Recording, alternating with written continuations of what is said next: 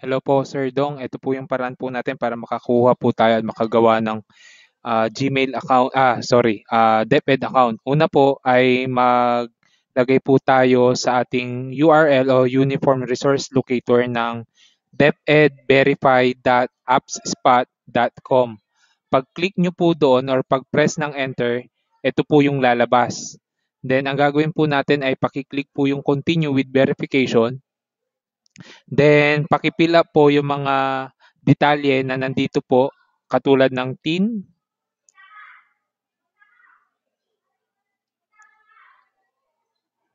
then ang inyong pangalan,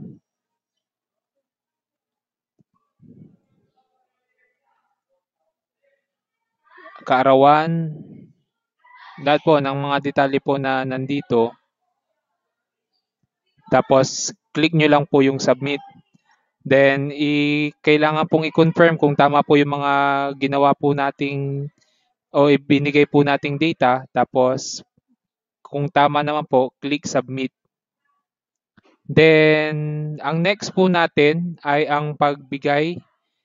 Minsan po kasi ganito po yung lumalabas, or kung minsan po kapag meron pong may problema, ganito po yung lumalabas. Kapag wala naman po, automatic po na after ilang oras po, meron na pong silang sinesend na verification ng panibagong ah, DepEd account. So kapag ganito po, click nyo lang po yung others, tapos sa inyong division, Pangasinan 1, tapos school, optional kung gusto nyo pong ilagay.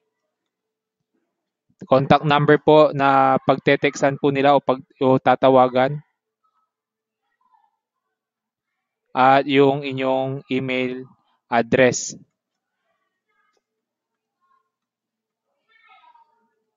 Then, click nyo lang po yung submit.